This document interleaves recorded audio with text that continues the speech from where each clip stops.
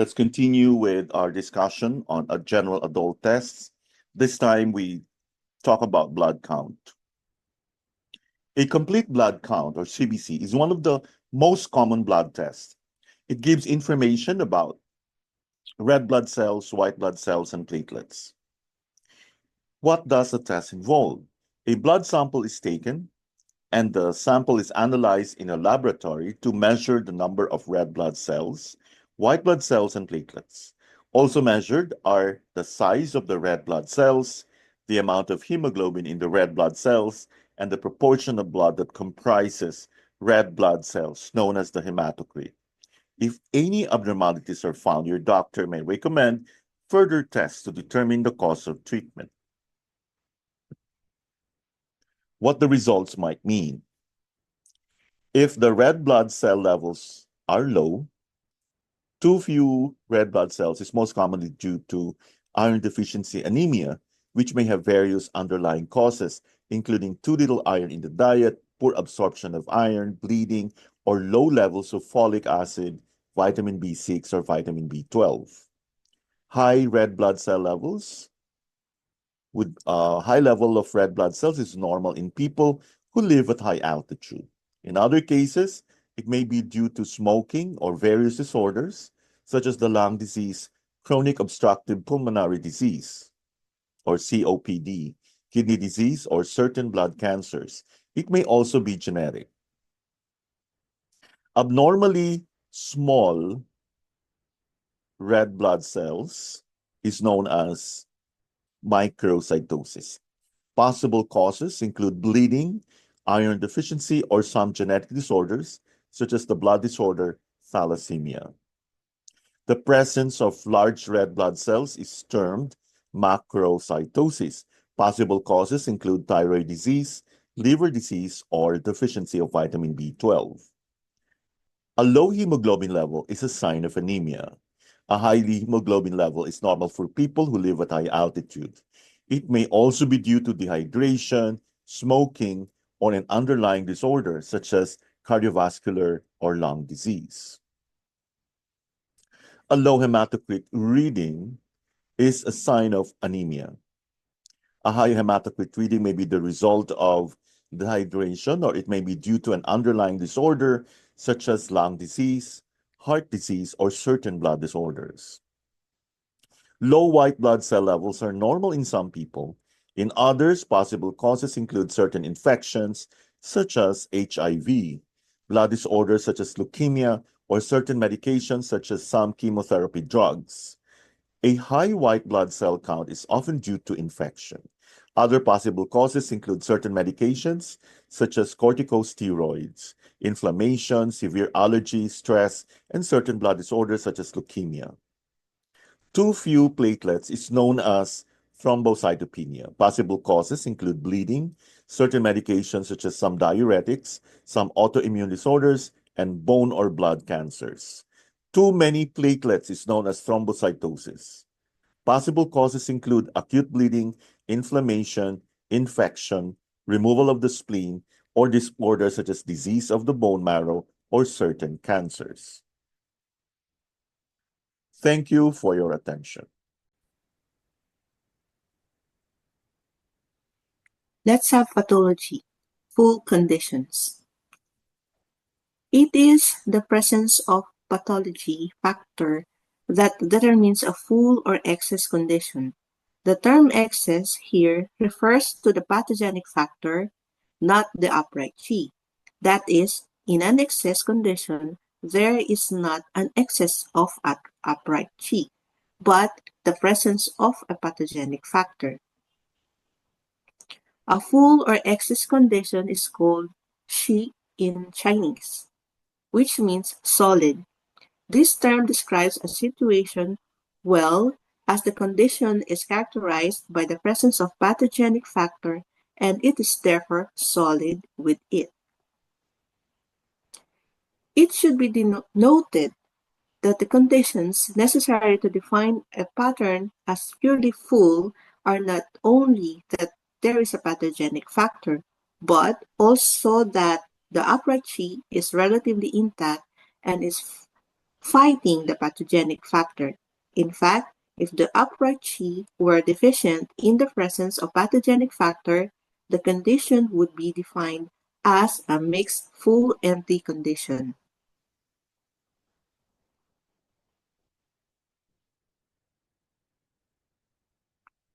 A full condition will manifest, by definition, with symptoms that are relatively severe and intense. For example, if a patient is suffering from a severe intense pain which stops him from her from conducting normal activities, such as pain must definitely be caused by a full condition. Please note that the full condition may be acute or chronic, and that acute is not synonymous with an external condition. An example of an acute, full external condition is that of invasion of external wind. An example of an acute, full internal condition is an acute episode of liver yang rising causing a severe migraine attack.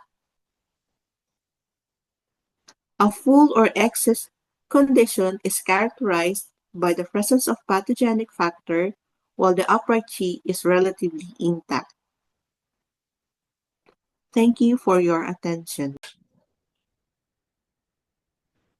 Good day. Today we'll talk about Foot Yang Ming Stomach Meridian, Stomach 22, Quan Men, Border Gate. As seen on the illustration, this is the stomach 22 point, Quan Men on the upper abdomen, 2 chun lateral to the anterior median line, 3 chun above the umbilicus. Stomach 22, Quan Men, Border Gate, Pass Gate.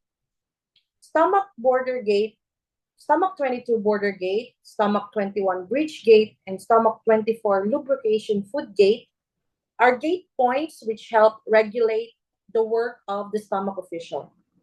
Any gate point indicates a boundary or transition of some sort and needs to be able to regulate the flow of qi with appropriate flexibility. Not overactive, not stopped, but sufficiently adjustable to keep the movement of qi and food on the correct path so they are able to negotiate borders and boundaries. Border gate lies level with the lower gate of the stomach, where one passes from the stomach to the intestines. Indications regulates the stomach, affects the intestines. The 3 gates, stomach 21, stomach 22, stomach 24, help regulate the stomach official and are said to encourage physical, mental, and spiritual digestion. Quan Men, stomach 22, is included in 2 elegant combinations for the treatment of enuresis. Both also include Shen Men, part 7, reflecting to the principle that the involuntary discharge of urine, especially during sleep, indicates a disorder of the spirit as much as a disorder of the urinary system. Combinations. Enuresis, Quan Men, stomach 22, Shen Men, part 7, and Wei Zong, bladder 40, or the systematic classic. Enuresis, Quan Men, stomach 22, Zhang Fu, long 1, and Shen Men, part 7, or 1000, look at formulas. Thank you for your attention. Let's discuss spleen qi sinking or center qi fall. This is due to spleen qi deficiency failing to raise qi upward, leading to qi sinking. It is also called middle jiao qi sinking pattern. Key symptoms: bearing down sensation in the abdomen and prolapse of internal organs with symptoms of spleen qi deficiency. Clinical manifestations: these include bearing down sensation in the abdomen, distension in the epigastrium and abdomen, especially after meals, frequent and urgent defecation and chronic diarrhea, a bearing down sensation of the anus, prolapse of the rectum or uterus, and turbid urine. These symptoms usually are accompanied by shortness of breath, lack of strength, lassitude, and laziness in speaking, dizziness, lusterless, whitish complexion, poor appetite, loose stool, a pale tongue with a white coating, and a moderate and weak pulse. Analysis.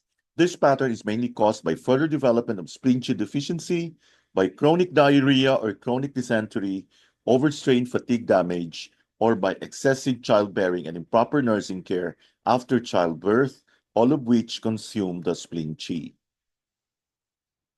Analysis of the spleen Qi sinking pattern. Failure to raise Qi will lead to bearing down sensation and distension in the epigastrium and abdomen, especially after meals.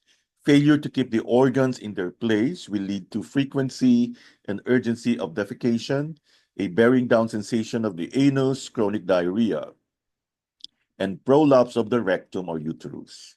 Sinking of clear Qi, refined nutritive substances transmit to the bladder will lead to turbid urine. Clear yang Qi failing to rise to nourish the head and eyes will lead to dizziness.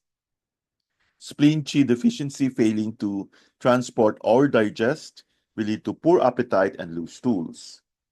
And Qi deficiency will lead to shortness of breath, lack of strength, lassitude, laziness in speaking, lusterless and whitish complexion, a pale tongue with a white coating, a moderate and weak pulse.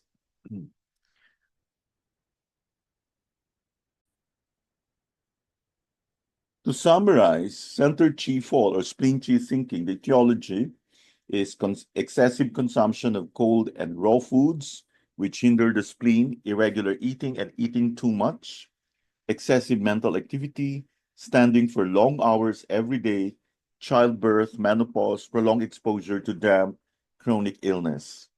Underlying or accompanying pathology, spleen Qi deficiency, stomach Qi deficiency, lung Qi deficiency. Signs and symptoms, poor appetite, slight abdominal distension following food, pale complexion, tiredness, weakness of the limbs, loose stools, depression, tendency to gain weight, bearing down sensation in the abdomen, prolapse of stomach, uterus, anus, or bladder, frequent and urgent urination. In infants, depressed fontanelle. Pulse empty or weak. Tongue pale. Treatment principle, supplement the center and boost Qi, raise yang, and rectify the fall. Acupuncture treatment, REN 12 and stomach 36 and spleen 6 will supplement the spleen Qi. Spleen 3 is the yuan source point of the spleen. Bladder 20 will supplement the spleen Qi in chronic cases. Bladder 21 supplements stomach and spleen Qi. Do 20 raises the Qi. REN 6 supplements and raises Qi. Stomach 21 supplements the stomach, rectifies prolapse of the stomach. Do 1 for prolapse of anus. Needle with supplementation and moxa. Relevant advice, as well as following the advice that is recommended when there is spleen Qi deficiency, it is important that the patient avoids heavy lifting. Thank you for your attention. Let's now go to inquiring. Let's discuss symptoms in pregnancy. For vaginal discharge, a white discharge that is usually thin but large in amount and has no odor is due to deficiency of spleen Qi or cold dampness in the lower body. For yellow discharge, this is usually large in amount and is viscid and malodorous. It is mostly due to accumulated dampness transforming into endogenous heat or dampness heat in the lower body. For red discharge, it may be red throughout or interspersed with white and is usually viscid and is mildly malodorous. It is mostly due to suppressed liver qi transforming into fire and damaging uterine meridians. Copious vaginal discharge may also be seen in trichomoniasis, candidiasis, gonorrhea, tuberculosis of the uterine cervix, sena vaginitis, uterine tumor or cancer, or cervical cancer. Some common symptoms in pregnancy. For vomiting, It is due during pregnancy that is very common. It's accompanied by abdominal distension, fatigue, and lassitude. It indicates deficiency of spleen and stomach qi. If accompanied by agitation, irritability, a bitter taste, and regurgitation of acid fluids, it indicates liver fire disturbing the stomach. If accompanied by epigastric pressure, anorexia, vomiting of sputum or saliva, and greasy tongue coating, it is due to turbid phlegm extending upward. An edema during pregnancy is usually in the lower limbs but may occasionally extend to the entire body. If accompanied by reduced appetite and ascites, it suggests deficiency of spleen qi or of spleen yang. If accompanied by cold limbs and lumbar and knee aches and weakness, it suggests deficiency of kidney yang. If accompanied by distension and pain of the flanks and chest, it suggests blockage of qi movement. For fetal distress, this refers to pitosis of the gravid uterus, causing pain, sometimes with vaginal bleeding. If there are also aches and pressure in the waist, dizziness, and urinary frequency, it is due to kidney insufficiency and inability to nurture the Chong and Ren meridians. If there are also a light yellow complexion, fatigue, and weariness, it, a pale tongue, and a depletive and a feeble pulse, it is mostly due to insufficiency of qi and blood, so that the fetus is not adequately nourished. If there are also distension in the chest and flank, agitation and irritability, and the thought pulse, it is mostly due to stagnation of liver qi. Abdominal pain and vaginal bleeding that result from falling or straining is due to injury of the Chong and Ren meridians. The condition is threatened abortion in Western medicine belongs in this category. Thank you for your attention. Let's now discuss physical examination strategies, assessment techniques. The physical examination requires you to use your senses to assess the patient.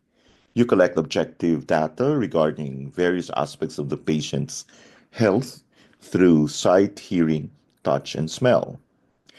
Though strategies are discussed separately, it is important to realize that the history complements and validates the physical examination. The history and physical examination are the foundation of the treatment plan. The history obtained provides clues and guides you through the physical examination process. As the examination begins, some components of the examination process may prompt you to return to the history. Discreetly incorporating some history during the examination process facilitates the exposure of the principal or sometimes underlying diagnosis. Interacting with the patient. When conducting a physical examination, remember that encounters with the human body may be discomforting, embarrassing, and sometimes distressing for the patient. Your comfort level should never become so great that you forget about this often invasive experience for each individual patient. Respect the integrity of the patient while maintaining a professional courteous approach. Gaining the trust and confidence of your patient is essential for obtaining an accurate history and physical examination. As you're examining the patient is simultaneously examining you.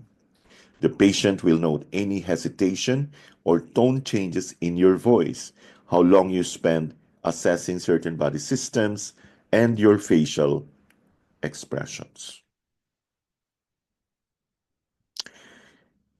Determining the scope of examination. Physical examinations are of two types, comprehensive and focused. As with comprehensive health histories, a comprehensive or head-to-toe physical exam should be performed on all non-emergent new patients who will be receiving ongoing primary care from a particular provider or group of clinicians. A focused physical examination is performed in emergency situations and/or when the patient is already under the ongoing care of the clinician and presents with a specific problem-oriented complaint. Assessment techniques. Inspection. Inspection involves collecting data through sight and smell. Upon first contact with the patient, you observe mannerisms, gait, stature, and various other physical qualities. Inspection provides significant insight into underlying diseases, disorders. Knowing what to look for and what it means helps focus inspection. Palpation involves using touch to collect data. Palpation is used to determine such characteristics as temperature, texture, tenderness or pain, and sensation. It is also used to establish information about internal characteristics, such as enlargement of the spleen. Depending on the amount of pressure applied, palpation can be characterized as light, moderate, or deep.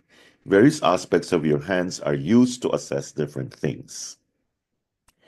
Percussion uses stopping to assess underlying structures. Percussion of a structure causes vibrations which can be felt and heard. Percussion is used to establish such qualities as location, size, density, and reflex. Percussion may be direct or indirect.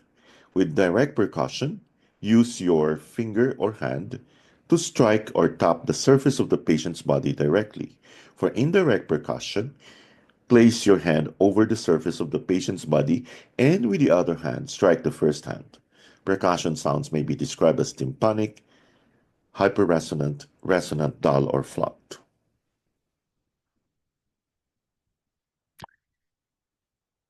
Auscultation entails listening to body sounds and is particularly important for assessing the lungs, heart, and abdomen.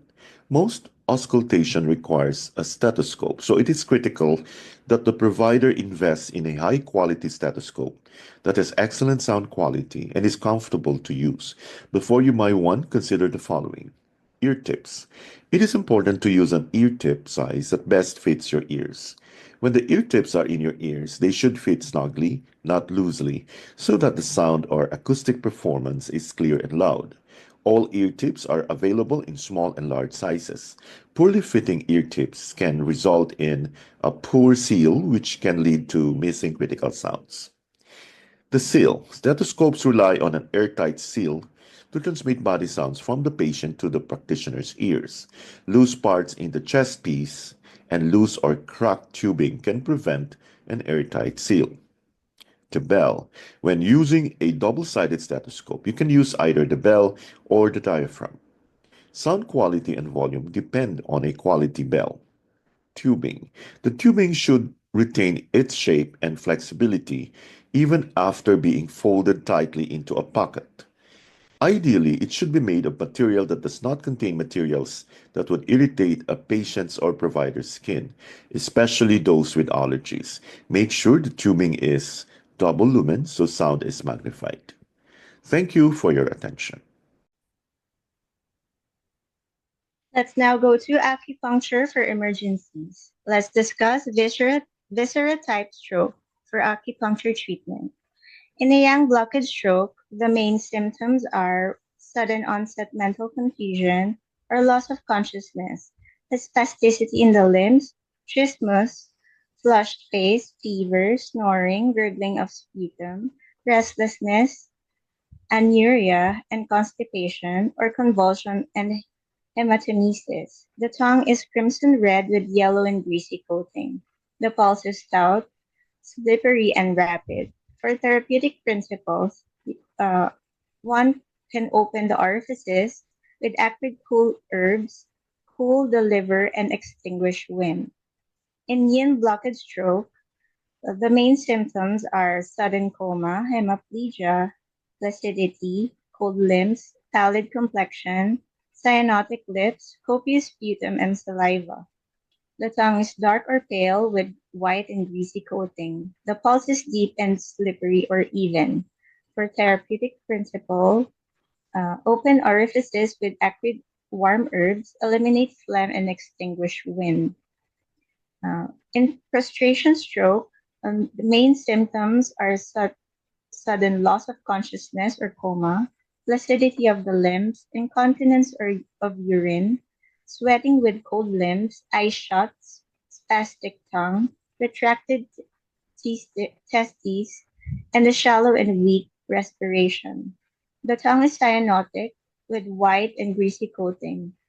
The pulse is either deep and even or indistinct, thread-like, and on the verge of collapse. A therapeutic principle, you can augment qi, rescue yang, and arrest collapse. For acupuncture treatment, you can use for blockage stroke, select the 12 well acupoints governing vessel 26, liver 3, and stomach 40. Use filiform needles and apply the reducing method. The well acupoints are pricked with a 3-edged needle to cause bleeding. For prostration stroke, select the acupoints CV4 and CV8. Apply ignited moxo cones of these acupoints. Thank you for your attention. Let's have erectile dysfunction, damp heat in the lower burner. Clinical manifestations: impotence, difficult, painful urination, turbid urine, itching of genitals, urethral discharge. Tongue is sticky yellow coating with red spots on root. Pulse slippery. Treatment principle: resolve dampness and clear heat from the lower burner. Right? Points: spleen 4, pericardium 6, lung 7, kidney 6, liver 5, liver 3, liver 1, spleen 9, spleen 6, ren 9, bladder 22, ren 2, ren 3, bladder 34, all with even method.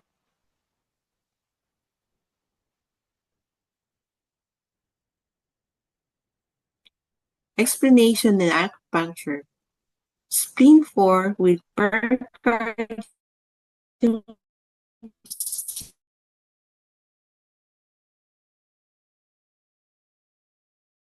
6, open and regulate penetrating vessel, the Chong Mai. Lung 7 with kidney 6, Mai. This can be 5, liver 3, liver 1, eliminate dampness from the genital system. Spleen 9, spleen 6, ren 9, and bladder 22 eliminate dampness from the lower burner. Ren 2, ren 3, and bladder 34 resolves dampness from the genital system.